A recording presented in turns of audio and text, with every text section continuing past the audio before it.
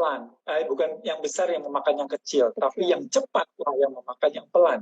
Ya. Nah, bisa bayangkan, zaman dulu itu kalau kita, apa itu namanya, internetan gitu, ngeklik Ya. gitu, nunggu beberapa Ya. menit itu masih oke Ya. kok. Tapi Ya. hari ini, itu Ya. nggak loading beberapa detik aja, itu udah Panik. marah, udah, ya bukan Pak, kalau panik oke, tapi ini kan kesel gitu loh. Ya. Keselnya muncul. Ada mobil berhenti sebentar, begitu lampu hijau, dia belum jalan 1-2 detik, itu udah bikin kita marah. Betul. Artinya apa? Bahwa artinya kita memang sudah dibuat oleh lingkungan atau terkondisi untuk semakin lebih cepat. Harus lebih baik, lebih besar, lebih keras, lebih kuat, lebih cepat, dan sebagainya. Betul. So, menurut saya sih, hidup yang baik itu kan hidup yang seimbang. Dan hidup yang seimbang itu bukan berarti hanya menggapai, meraih aja, tapi di sisi sebaliknya adalah ikhlas, berserah, menerima. Kita tahu bahwa kita kepingin sukses, tapi sukses kalau tanpa bahagia juga nggak ada gunanya. Tapi sementara dalam kehidupan kita diajarin bagaimana mencapai, menggapai, meraih, merangkul. Ingat bahwa tangan yang tergenggam erat itu bersahabat dengan ketegangan. Dia nggak bisa memberi, apalagi menerima. Lah, ilmu kita dalam mencapai, menggapai, meraih itu udah S3 lah kita semua. Tapi sebaiknya ilmu melepas, ikhlas, berserah itu kan kita teka banget. Kenapa seperti itu? Apakah lebih susah? Enggak lebih susah. Contoh, ini ada uang Rp500. Saya ingin mengambil uang Rp500. Itu lebih susah sebenarnya daripada melepas. Ya kan? Mengambil lebih susah daripada melepas. Tapi kenapa itu melepas susah? Karena kita nggak pernah belajar. Karena kita tidak pernah diajari. Maka itu ketika kita punya masalah, ditipu atau kehilangan sesuatu, paling teman kita bilang, ya sabar, ya udah diterima saja, ya namanya rezeki juga kembali lagi. Kita gampang ngomong, tapi sekarang ketika saya tanya bagaimana caranya ikhlas, bagaimana caranya sabar, bagaimana caranya menerima itu semua, bagaimana detailnya caranya, hampir semua orang bilang ya nggak tahu, Bin. Tapi kalau saya bilang minggu depan atau bulan depan kita target 100 juta loh ya, oh ya, kita harus pasang iklan, kita harus begini, kita tahu caranya untuk mencapai, menggapai, meraih. Tapi dalam sisi lain kita nggak punya kemampuan ikhlas berserah karena kita nggak pernah berpraktek. Kita tidak pernah berpraktek, termasuk praktek sabar itu sendiri. Salah satu kenapa saya senang sekali bahwa dan merasa terberkahi, kamu, Gobin, mau ada di acara Buka 2S bersama saya dan kakak saya Suraya, karena kamu adalah orang yang walk the talk. Apa yang kamu bicarakan itu sudah kamu jalani, sudah kamu praktekkan. Saya melihat soal sabar itu korelasinya adalah soal dengan rasa cukup. I know exactly, kamu cuma punya baju 1 koper, Gobin. Kamu tidak punya baju 1 lemari. Kamu tidak perlu parfum, kamu tidak perlu sabun, kamu tidak perlu shampoo. Kamu sudah tinggalkan yang namanya kimia. Kamu tidak punya rumah, rumahmu di jalanan. Saya udah ketemu sama kamu, dan anak-anak saya itu setengah mati mengagumi Om Gobin. So I said to my daughter, saya bilang, oke, kalau kamu mengagumi sedemikian rupa sama Om Gobin, apakah kamu berani seperti Tante Tika yang mau mengawini laki-laki seperti itu? Saya bilang gitu. Terus mereka berpikir, karena kan ini kan perempuan-perempuan Sunda yang senang banget kan uang jajan, begitu. Yang susah dengan rasa cukup. So, actually yang ingin saya tanyakan adalah bagaimana belajar rasa cukup itu? Iya, ingat bahwa kelimpahan itu bukan benda, itu sesuatu yang ada di dalam diri kita. So, dan kalau kita ngomong Buddha itu pernah bilang bahwa kata pertama Buddha adalah hidup adalah duka. Dan duka di sini menurut Buddha itu bukan kesedihan dan sebagainya, tapi duka di sini adalah rasa tidak pernah puas. Bahwa manusia itu memang apapun yang terjadi itu seringkali mungkin salah satu yang paling kendala adalah dia nggak pernah puas. Mau dapat apapun juga dia akan terus-terusan ingin nambah terus seperti itu.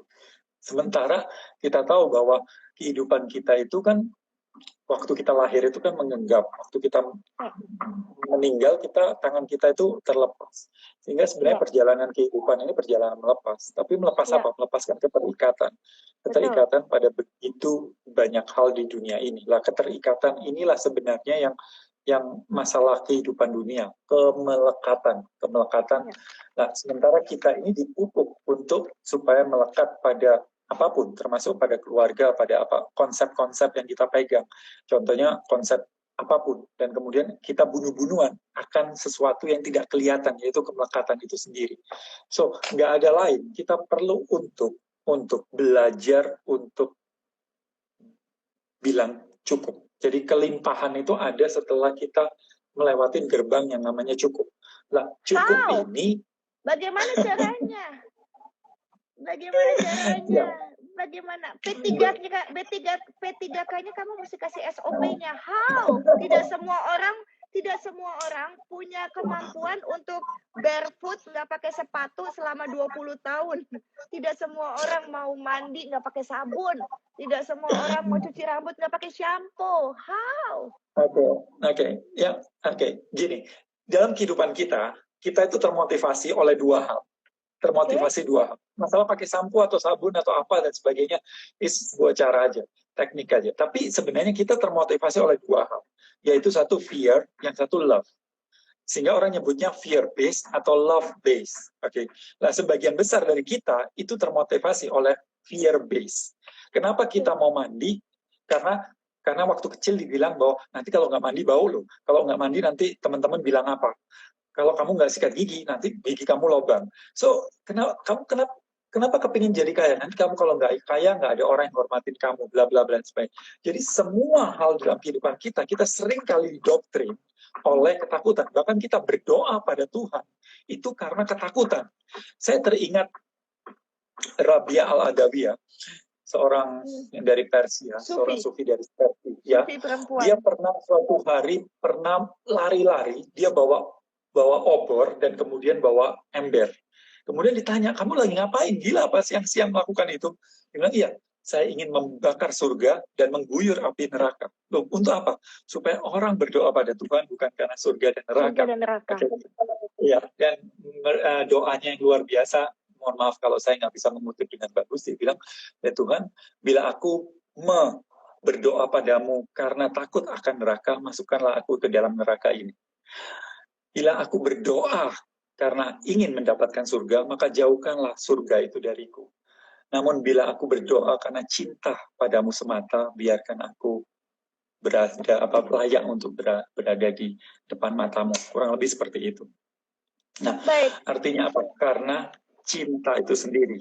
Tapi lagi-lagi cinta itu sendiri selalu dianggap sebagai kemelekatan. Seperti tadi saya bilang bahwa kemelekatan kita pada pasangan, kemelekatan kita pada anak, kemelekatan pada uang, kemelekatan pada apapun, which is orang menyebutnya itu sumber dosa atau sumber kemelekatan yang dimana kita harus kembali ke sini lagi membayar dan sebagainya.